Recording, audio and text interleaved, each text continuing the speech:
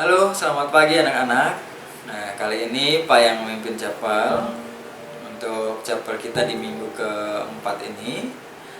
Jadi Pak harap kalian sudah siapkan segala hal yang berhubungan dengan chapel kita, yaitu Alkitab, kemudian buku catatan untuk mencatat, dan biarkan kalian benar-benar fokus untuk mendengarkan apa yang ingin Tuhan sampaikan kepada kalian. Pak harap chapel ini bukan sebuah rutinitas ya yang kalian lakukan setiap hari atau sebagai tanggung jawab karena kalian adalah seorang murid Gantera yang harus melakukan chapel tiap hari Jumat, tapi karena memang kalian rindu untuk mendengarkan apa yang ingin Tuhan sampaikan buat kalian.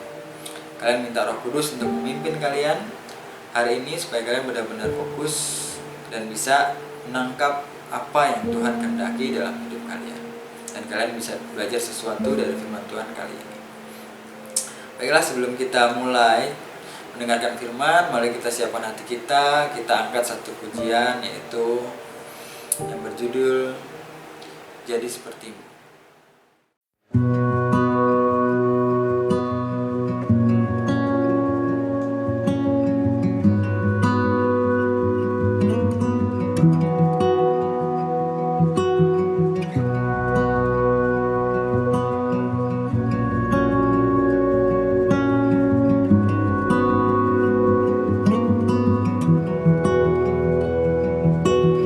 Bapa, Kau setia, takkan meninggalkan, dan ku percaya Engkau milikku dan ku milikmu. Kerinduanku tinggikan namamu, karena ku tahu Engkau dalamku dan ku dalammu. Ubah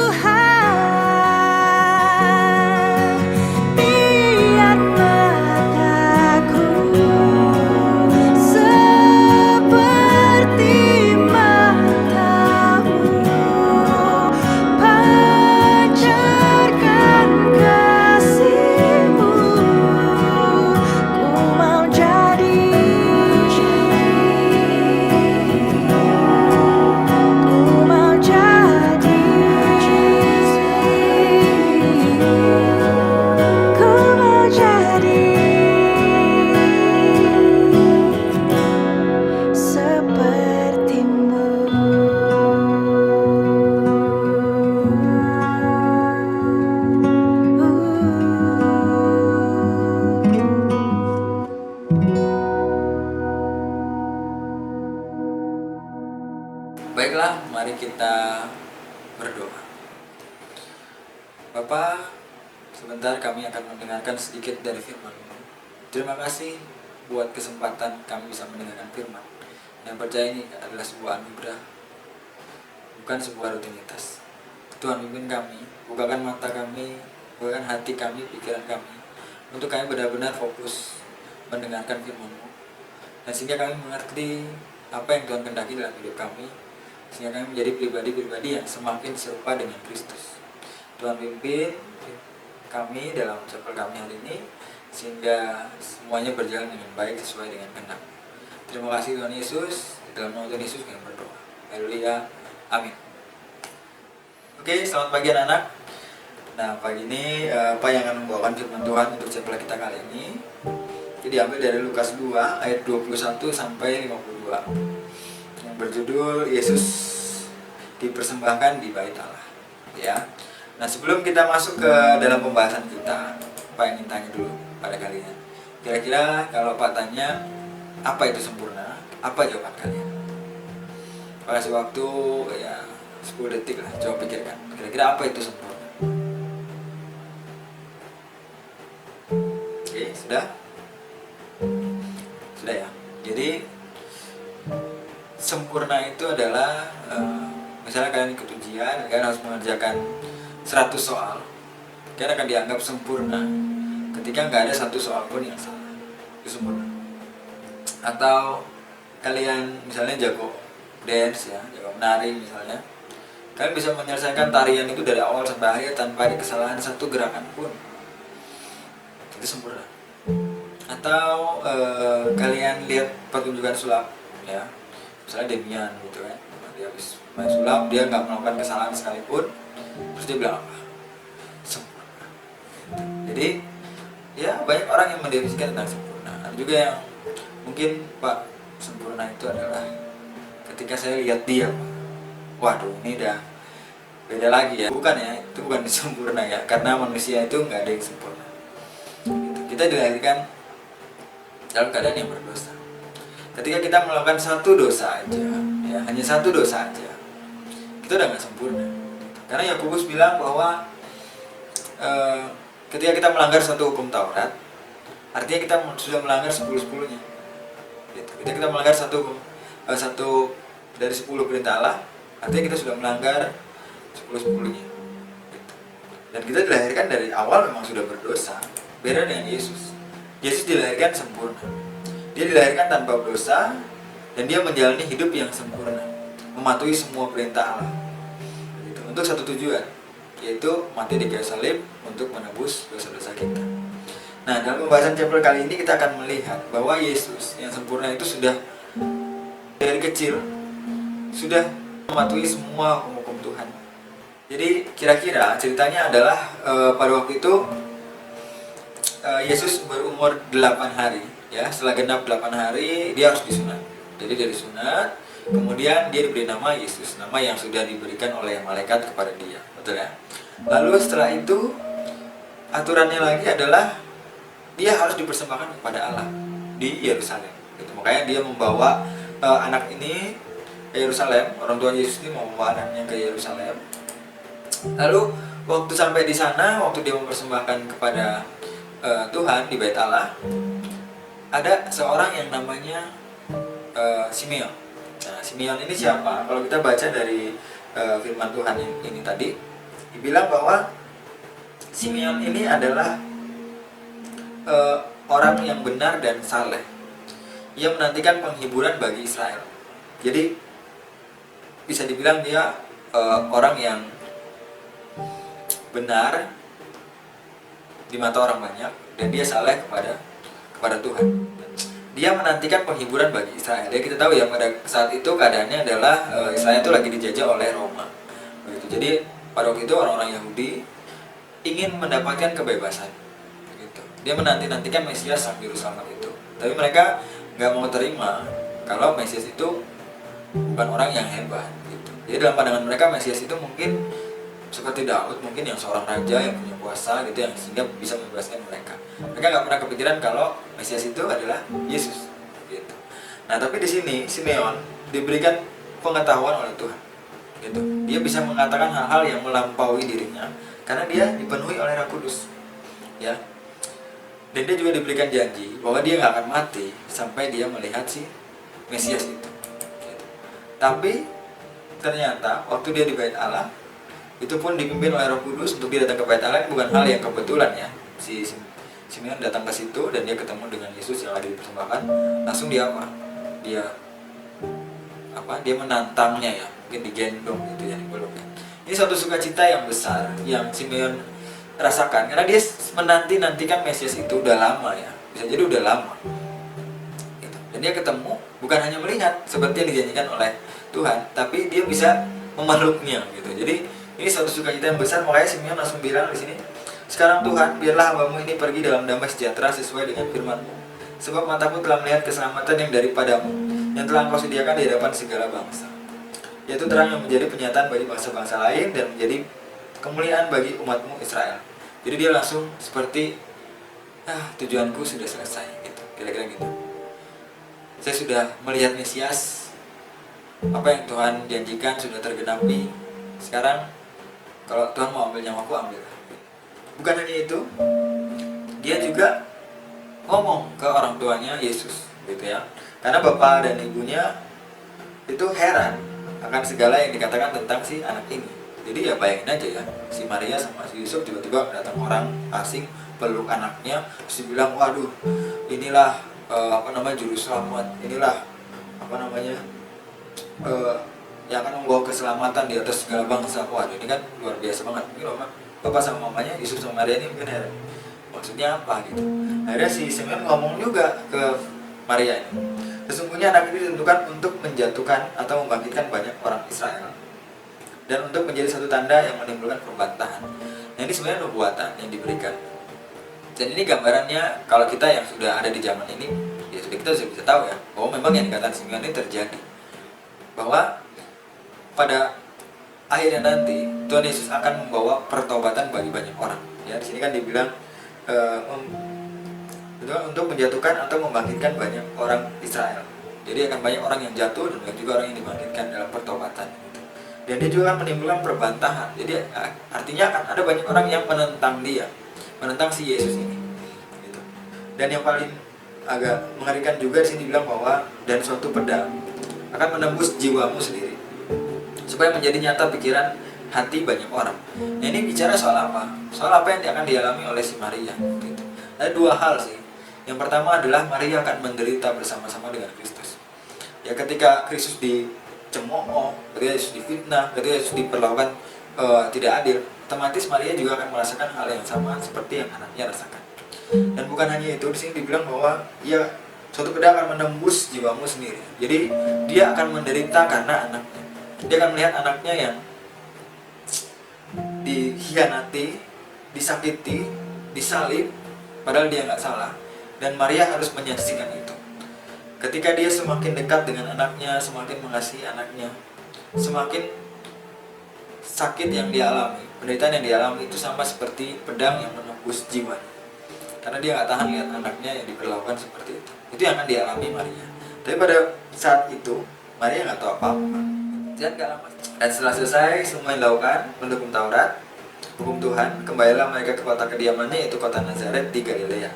Anak itu bertambah besar dan menjadi kuat, penuh hikmat dan kasih karunia Allah ada padanya. Jadi setelah mereka melakukan semua itu, aturan-aturan hukum Taurat itu, dia kembali lagi ke Galilea, ya, ke Nazaret di Galilea.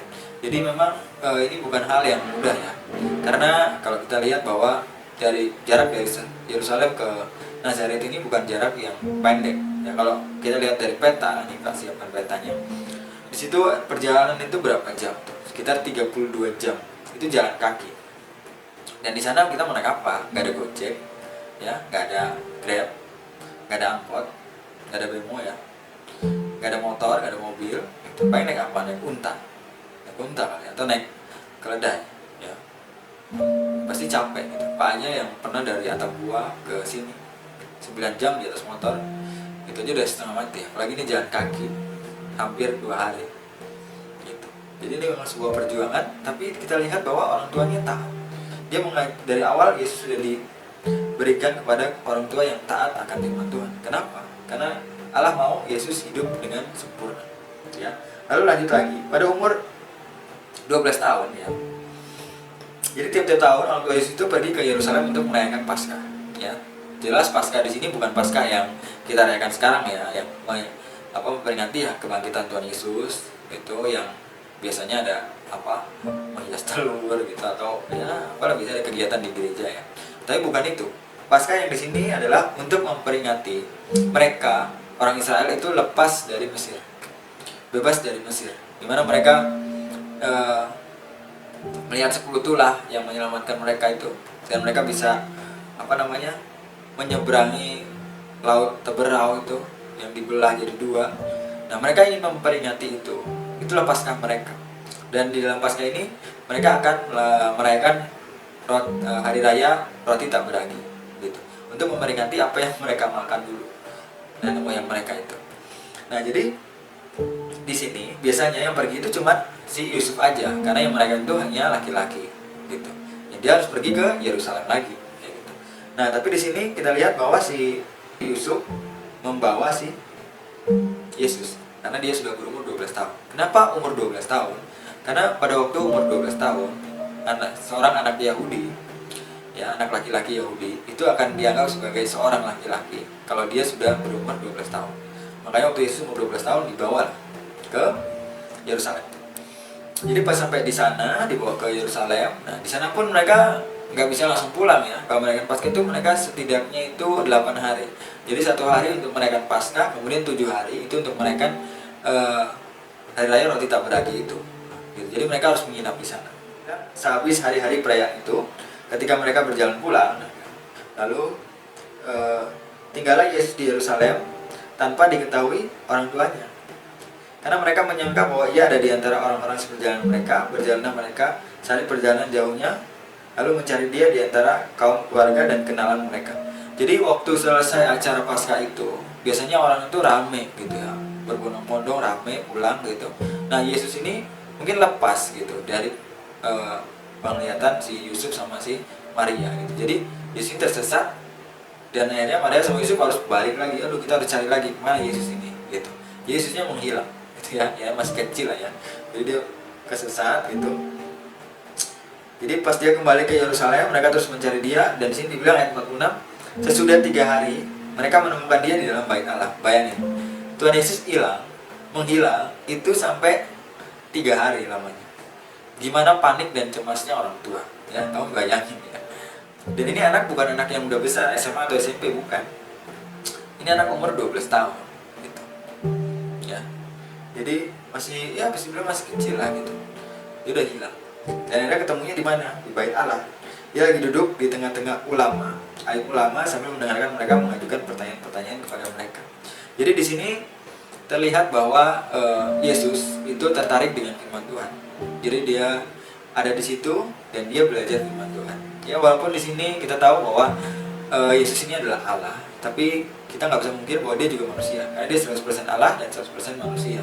Jadi dia bisa jadi maha tahu, bisa jadi juga dia tidak tahu apa-apa gitu. Karena di dalam keterbatasannya sebagai manusia. Jadi timbul tenggelam itu tergantung Bapa mengizinkan dia untuk tahu atau tidak. Begitu. Dan di bagian ini Yesus harus mengikuti proses. Dia harus belajar firman Tuhan. Makanya dia sangat senang belajar firman Tuhan bersama si alim-alim ulama ini. Ya, dan semua orang yang mendengarkan dia sangat heran akan kecerdasannya dan segala jawab yang diberikannya. Jadi Yesus walaupun masih kecil, Tuhan berikan hikmat yang luar biasa. Jadi dan ketika orang tuanya melihat dia, tercenganglah mereka, lalu kata ibunya kepadanya, "Nak, mengapakah engkau berbuat demikian terhadap kami? Bapamu dan aku cemas mencari engkau." Ya, di sini Maria bilang begitu. Kemudian jawabnya kepada mereka, "Mengapa kamu mencari aku?" Waduh, ini agak kurang ajar sebenarnya. Gimana coba? Lagi dicariin 3 hari nggak ketemu gitu. 3 hari baru ketemu, ada di bait Allah. Lagi ngobrol sama orang-orang dewasa, para ahli Taurat. Dan di situ dia bilang, "Kenapa kamu mencari aku? Tidakkah kamu tahu bahwa aku harus berada di dalam rumah Bapakku?" Ya sebenarnya agak kurang ajar ya gitu, tapi ya ini kejujuran hati Yesus gitu. Dia bilang bahwa bukankah aku harus berada di dalam rumah Bapakku? Atau di terjemahan yang lainnya dibilang bahwa aku harus ada di dalam milik Bapakku gitu. Karena dalam bahasa Yunani Pak baca-baca itu ternyata rumah itu nggak ada, ya rumah itu nggak ada. Jadi bisanya itu milik Bapak. Jadi dia bilang di sini adalah, tidakkah kamu tahu bahwa aku harus berada di dalam milik Bapakku? Jadi aku harus sama-sama sama Bapakku gitu. Tapi mereka tidak mengerti apa yang dikatakannya kepada mereka. Jadi orang tua Yesus ini maksudnya apa sih Yesus ini? Kok malah bilang begitu? Lalu pulanglah mereka bersama-sama ke Nazaret dan ia tetap hidup dalam asuhan mereka. Ya di sini terjemahannya juga agak kurang pas juga kalau bahasa Indonesia ya. Kita lihat di ayat yang ke-51, ia tetap hidup dalam asuhan mereka. Padahal di bahasa Inggris dibilang and was subject unto them. Ya, atau kalau di terjemahan NIF itu and was obedient to them. Jadi benar-benar di sini bicara soal ketaatan atau ketundukan Yesus. Jadi walaupun tadi Yesus bilang bahwa kenapa engkau mencari aku, kelihatannya kayak kurang ajar ya gitu. Tapi sebenarnya di sini Tuhan Yesus sedang memberikan teladan kepada kita bahwa kita harus lebih mengutamakan Tuhan dibanding apapun, bahkan orang tua kita. Tapi di bagian yang lain di sini dibilang bahwa Yesus tunduk kepada orang tuanya. Jadi di sini juga bilang bahwa Yesus tetap tunduk pada otoritas, gitu. Jadi tetap menghormati orang tuanya, gitu ya. Nah, habis itu Yesus makin tambah besar, bertambah hikmatnya, dan makin dikasih oleh Allah dan manusia. Jadi dari bagian ini apa yang kita bisa pelajari? Ya, yang pertama adalah taat pada aturan. Mungkin beberapa dari kita akan sangat berat untuk taat pada aturan. Kecenderungan manusia adalah mereka ingin hidup bebas, nggak ada aturan, semau-maunya, gitu. Tapi di sini kita lihat bahwa Yesus itu taat pada aturan. Kita lihat bahkan dari masih kecil dia sudah mengikuti orang tuanya, mengikuti semua hukum-hukum Taurat. Orang tuanya pun mengajarkan yang benar kepada Yesus, sehingga Yesus mengikuti semua hukum Taurat itu. Siapa kita dibanding Yesus? Yesus saja taat kok hukum Taurat, masa kita enggak? Di kehidupan kita ini selalu ada aturan. Di sekolah ada aturan, di luar ada aturan, di jalanan ada aturan, gitu. Di mana-mana ada aturan. Tapi kadang manusia inginnya bebas. Saya nggak mau ada aturan. Nah ini yang salah, ini yang keliru. Gitu. Kebebasan seperti apa sih yang kita mau? Kebebasan yang seperti apa yang kalian inginkan? Bahkan Pak bilang bahwa kita nggak ada yang bebas. Kita nggak ada yang benar-benar bebas. Kita akan terikat pada sesuatu, dan kita akan bertabrakan dengan sesuatu. Mungkin ada yang bilang, Pak, saya mau bebas, Pak. Saya mau makan apa aja yang saya mau.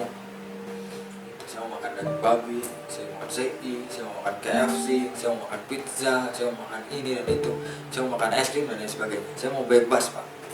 Ya silakan aja. Gitu. Tapi suatu kali nanti kamu akan lihat bahwa banyak penyakit yang akhirnya hinggap di diri kamu. Kolesterol, darah tinggi, diabetes, udah obesitas misalnya. Artinya apa? Kebebasan kita dibatasi oleh biologis kita. Jadi kita nggak benar-benar bebas. Waduh Pak, saya mau bebas Pak. Saya mau ngebut-ngebutan di jalan Pak. Atau saya mau di kamar Pak. Saya mau nyanyi sekuat-kuatnya. Saya mau main musik sekuat-kuatnya. Pokoknya saya mau bebas. Ya lakukan aja. Tapi nanti akan ada orang-orang yang gak suka, orang yang terganggu dengan kebebasan kamu. Artinya kebebasan kamu mengganggu kebebasan orang lain. Jadi ketika orang lain bebas, bisa jadi kamu gak bebas. Begitu juga sebaliknya. Jadi kamu gak akan pernah bebas. Lalu ada yang bilang lagi, Pak saya mau bebas Pak. Saya udah capek Pak, mau bernafas terus Pak. Saya gak mau bernafas lagi lah gitu. Saya mau bisa kemana aja, saya mau masuk ke dalam air, ke dalam lautan, saya mau melihat lautan tanpa saya perlu untuk ambil nafas. Saya mau bebas Pak, saya udah capek dikekang oleh nafas ini. Ya udah mati kamu gitu. Ya. Jadi kamu nggak bisa bebas. Gitu. Kebebasan kamu terikat oleh hukum alam. Hukum alam mengharuskan kamu untuk menghirup oksigen setiap hari. Dan hukum alam mengharuskan kamu untuk hidup di darat karena kamu bukan ikan, ya, yang harus hidup di air. Gitu. Jadi nggak ada yang bebas. Bahkan Allah sendiri pun tidak bebas. Kenapa? Dia terikat oleh kesuciannya. Allah nggak bebas untuk melakukan dosa, karena itu bertentangan dengan sifat dia, bertentangan dengan karakter dia yang suci. Jadi Allah pun nggak bebas. Oke, Pak akan tampilkan satu video ya, gambaran dari manusia gimana sih kalau manusia diberikan kebebasan yang semau-maunya dia. Kita lihat video ini ya.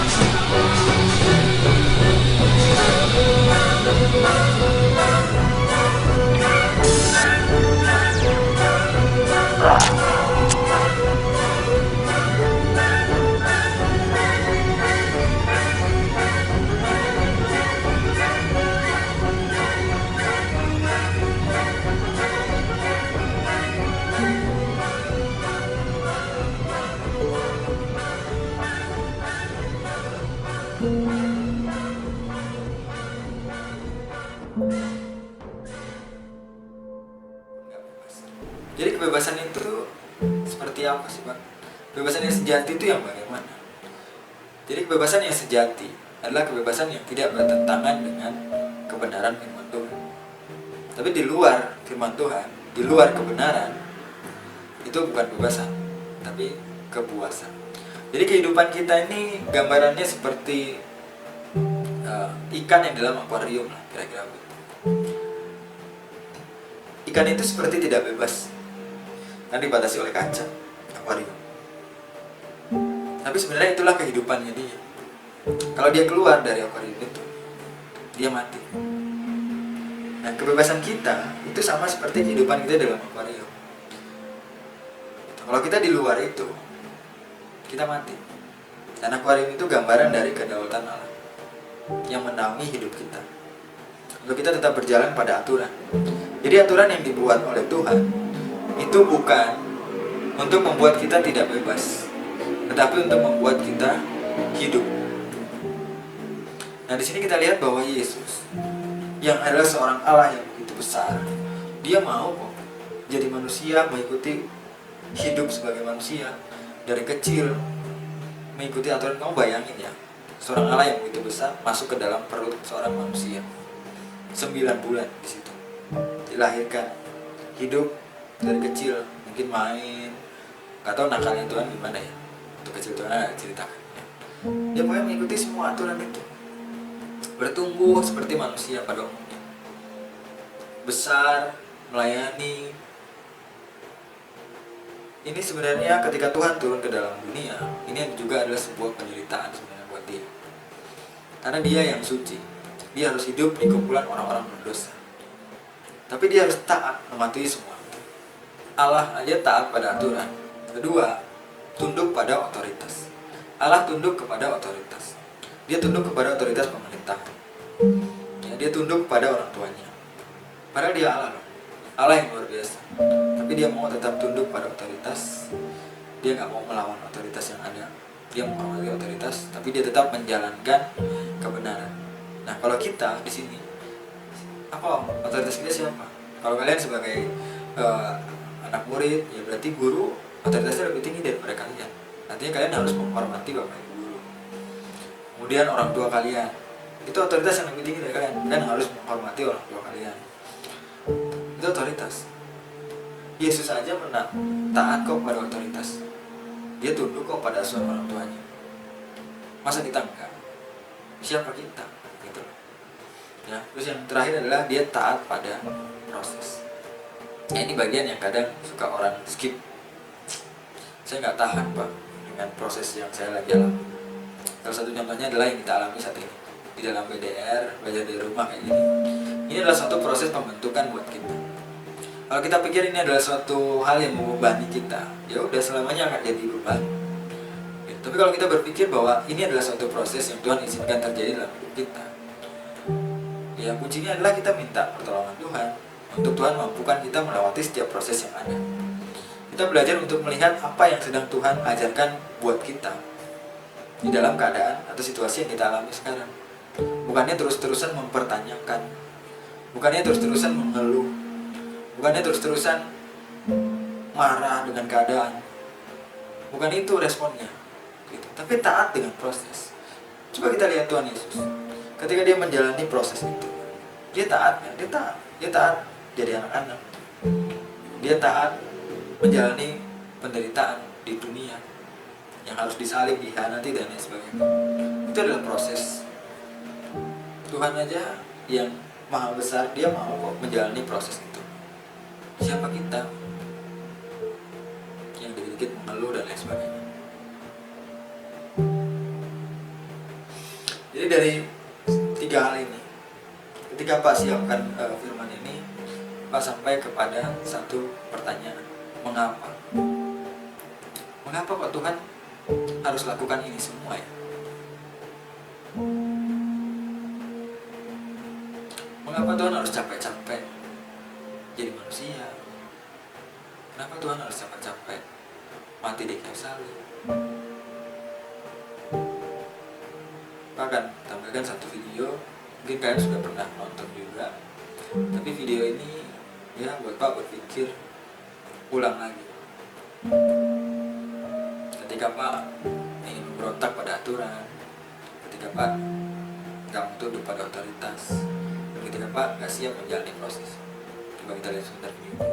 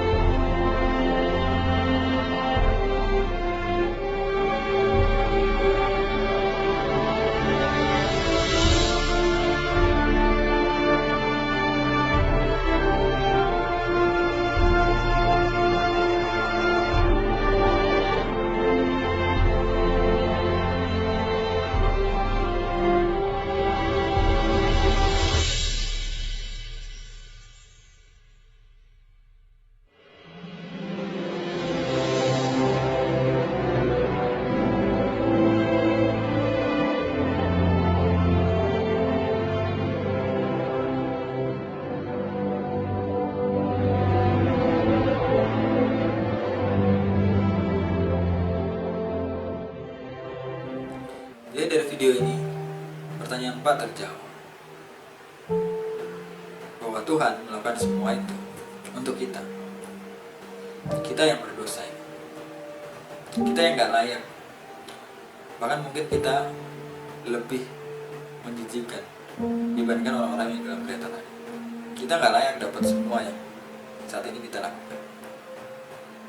Jadi saat kita harus taat pada aturan, ketika kita harus tunduk pada otoritas, ketika kita harus menjalani semua proses yang kita alami saat ini, satu hal yang harus kita ingat, bahwa ada satu pribadi yang sudah melakukan semua itu, bahkan lebih daripada yang bisa kita bayangkan. Bukan untuk dirinya, tapi untuk kita yang gak layak untuk dapatkan semua itu. Itu sebabnya Pak mengajak kita semua sama-sama untuk belajar taat pada aturan, tunduk pada otoritas, Bapak Ibu guru, orang tua, dan siap menjalani proses apapun yang ada ke depan. Mau itu seberat apapun, mau tugasnya sebanyak apapun, mau keadaannya sesulit apapun seperti sekarang ini proses yang Tuhan inginkan kita lewati untuk kita mencapai level iman yang lebih tinggi lagi. Kuncinya adalah terus mengandalkan Dia dan mengingat bahwa Tuhan sudah lebih dulu melakukannya buat kita. Mari kita berdoa. Bapak, terima kasih buat firman-Mu. Kami belajar banyak Tuhan, bagaimana Tuhan sejak masih bayi sudah taat kepada hukum-hukum Tuhan, kepada hukum-hukum Allah. Tuhan tunduk pada otoritas, mau merendahkan diri menjadi manusia, diasuh oleh seorang manusia, dan tetap bertahan menjalani setiap proses yang ada, sesulit apapun itu. Biarkan ini menjadi landasan kami Tuhan, untuk kami siap menjalani hari-hari kami ke depan, untuk kami semakin taat pada peraturan, untuk kami tunduk pada otoritas, juga kami siap menjalani proses apapun ke depan. Tuhan pimpin kami, Roh Kudus berikan kami terus semangat, sehingga apa yang kami lakukan, kami pikirkan, kami katakan, itu benar-benar jadi berkat dan memuliakan nama Tuhan. Terima kasih Tuhan Yesus, di dalam nama-Mu kami berdoa. Haleluya, amin. Baik, jadi itu saja yang Pak bisa sampaikan. Sampai jumpa di chapel selanjutnya. Tuhan Yesus memberkati.